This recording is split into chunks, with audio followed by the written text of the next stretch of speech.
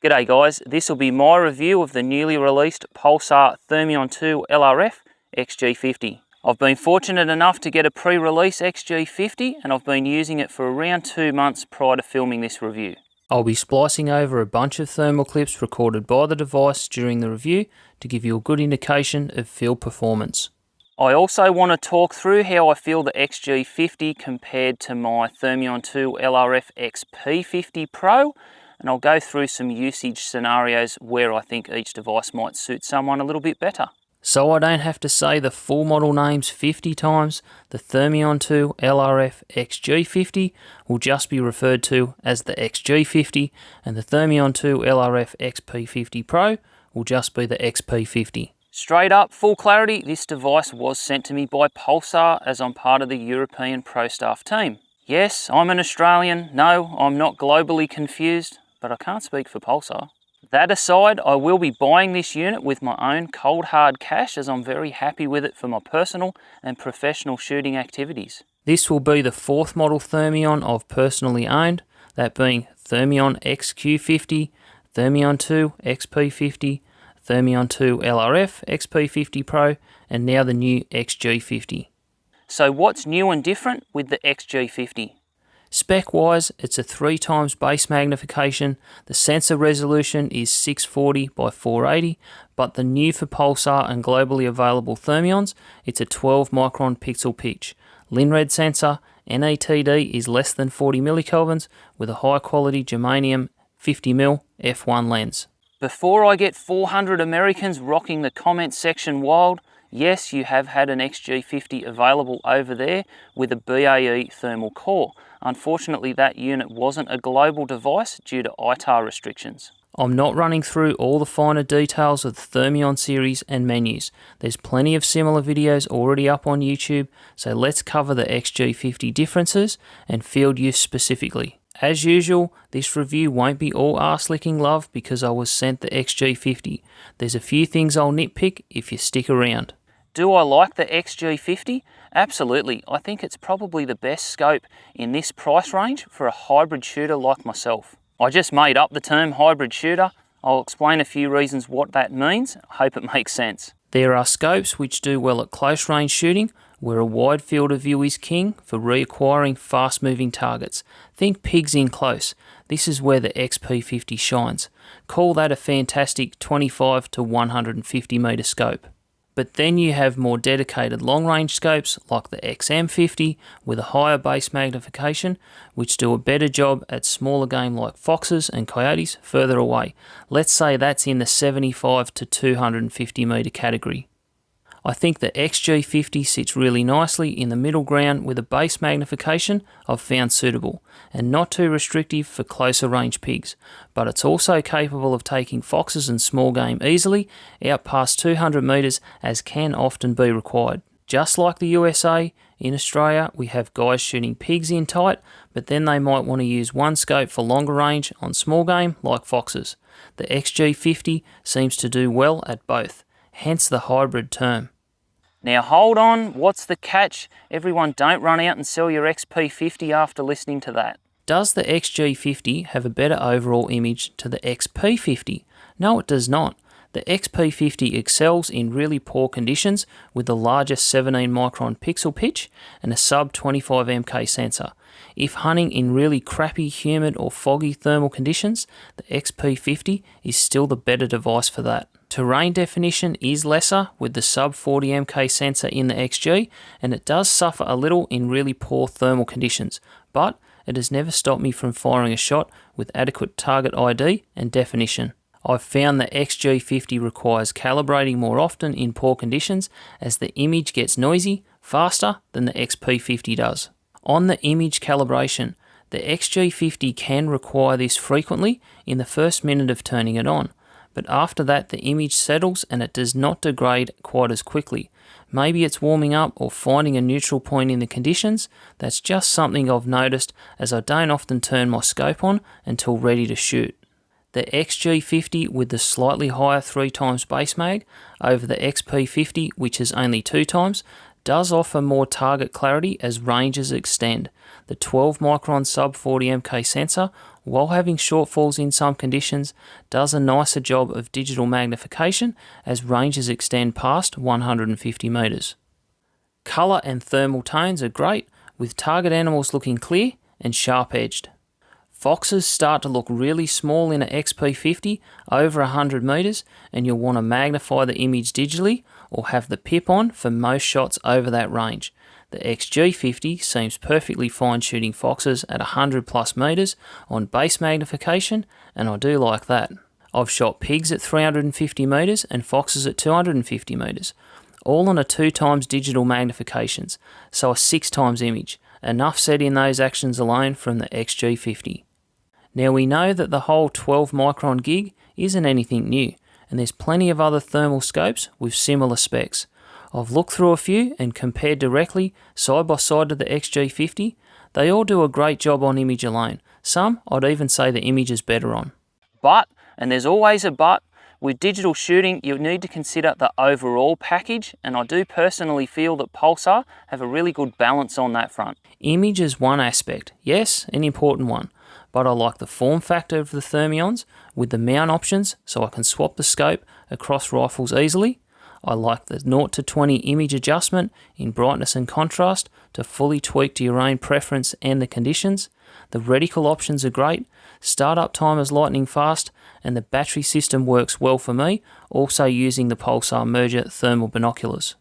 I know there will be people expecting side-by-side footage of the XP50 and XG50. Sorry, but I can't wander around with two rifles or scopes and take that kind of footage when I'm out here doing professional pest control. I'll close with this. You guys that follow me on YouTube, Facebook, Instagram, Patreon know that I get to play with a pretty wide range of different thermal devices, and it's still my choice to use a Thermion. For me, it's not about free shit. It's about finding a device that works how I like it to and that fits within my budget range. Just to interrupt for a quick second, if you are finding this video helpful, pause it, please hit the like, subscribe with the bell icon on. This platform isn't all that friendly with hunting type content lately, and just that little button click, it does help me a great deal. Righto, let's go over some other factors in use of this new series of Thermions with the LRF on it. The focus of the LRF models is up the front and accessible from both sides. If you have a rifle on your shoulder and against a shooting rail, that can sometimes be hard to reach, but once used to, it is fine. I did like the power button location at the back of the eyepiece on the non-LRF Thermions. This has been replaced with the LRF activation button, and the on-off switch has moved up the front. This is another format change which was required for the LRF.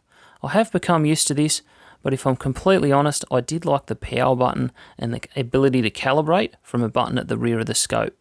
As a whole though, I find the buttons and access to the menus easy and intuitive on all the Thermions.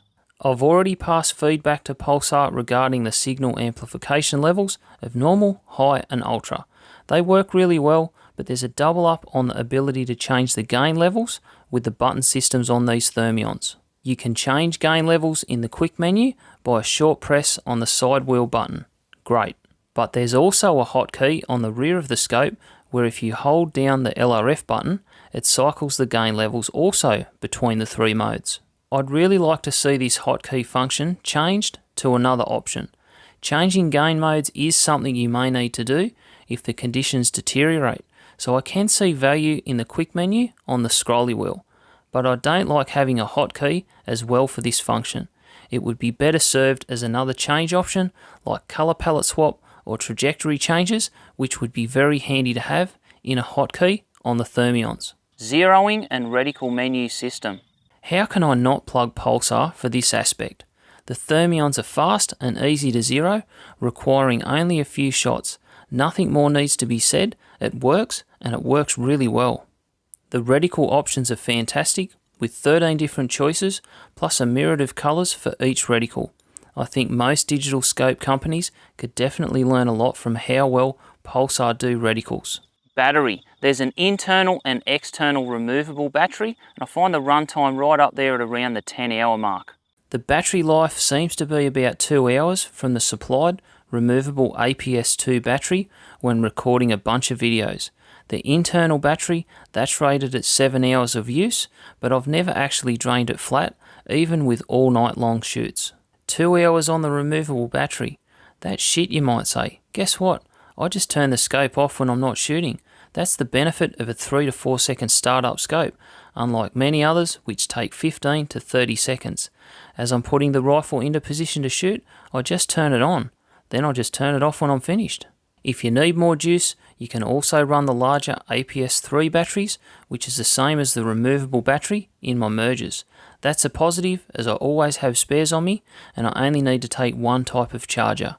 The LRF, how do I find this in the field? In short, it's excellent, and I must say I'm getting really used to having this feature on my night scopes. Running a thermal on an air rifle, rimfire, or shooting subsonics from a centerfire, an LRF is a nearly must for accuracy on either of your scope or hand scanner. The LRF performance is rated at 1000 metres, and I've pinged ranges out to about 850 metres off large trees. Practically, it's quite powerful, and you'll struggle not to get a range in scan mode, even over grass paddocks at 600 to 700 metres away. That's way farther than you'll ever need to shoot at night with thermal, that's for sure.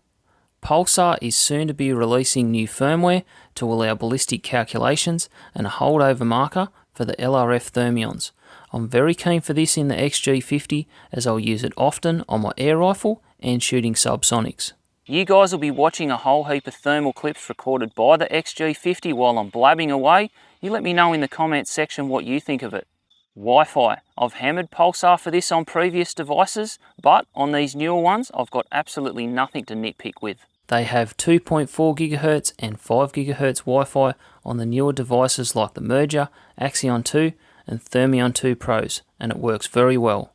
Motion Sense is back, which I'm glad to see, as it's a feature on the app I do use when stationary shooting over a bait station or carcass.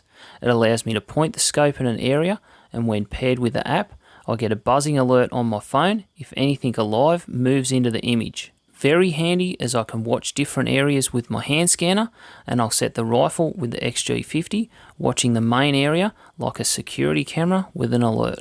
Video and audio recording. I've talked about this in the past as a YouTuber and how it's an important aspect for me when I do create that content.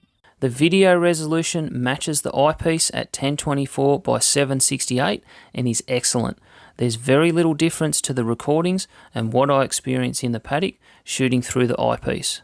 I get all device eyepiece information displayed in a video, like the LRF ranges, menu changes, etc.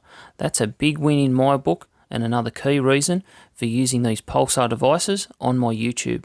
Audio. I'm going to be a bit savage here and say there is audio, but in my opinion, it's pretty bad and has been since the Thermion Pros came out last year, which I do believe had a hardware change to the microphones. My original Thermion 2 XP50 had amazing audio. Gunshots, bolt cycles, they all sounded sharp and crisp, and you could often hear the thuds of a bullet impact as they struck home on an animal. All I can say for the newer Pro models is yes, you get audio, which is usable, and is only an okay representation of the hunt. It's definitely better than no audio, and I've used thermals with much worse audio, so take that in as well. I get many comments on my hunting videos about how loud things are, and how horrible my bolt action rifles must be to sound like this. The bolts and actions on my rifles are actually fine. Unfortunately, that's all down to the device audio, and a big niggle of mine if I'm completely honest. Scope mounts. I know they are not supplied with the device, but please use something decent. I run an Aussie-made Porter Machine Works uni mount, and return to zero when swapping the scope around is bang on. I torque up the mount, change the electronic profile in the Thermion to suit the rifle it has been zeroed on, done.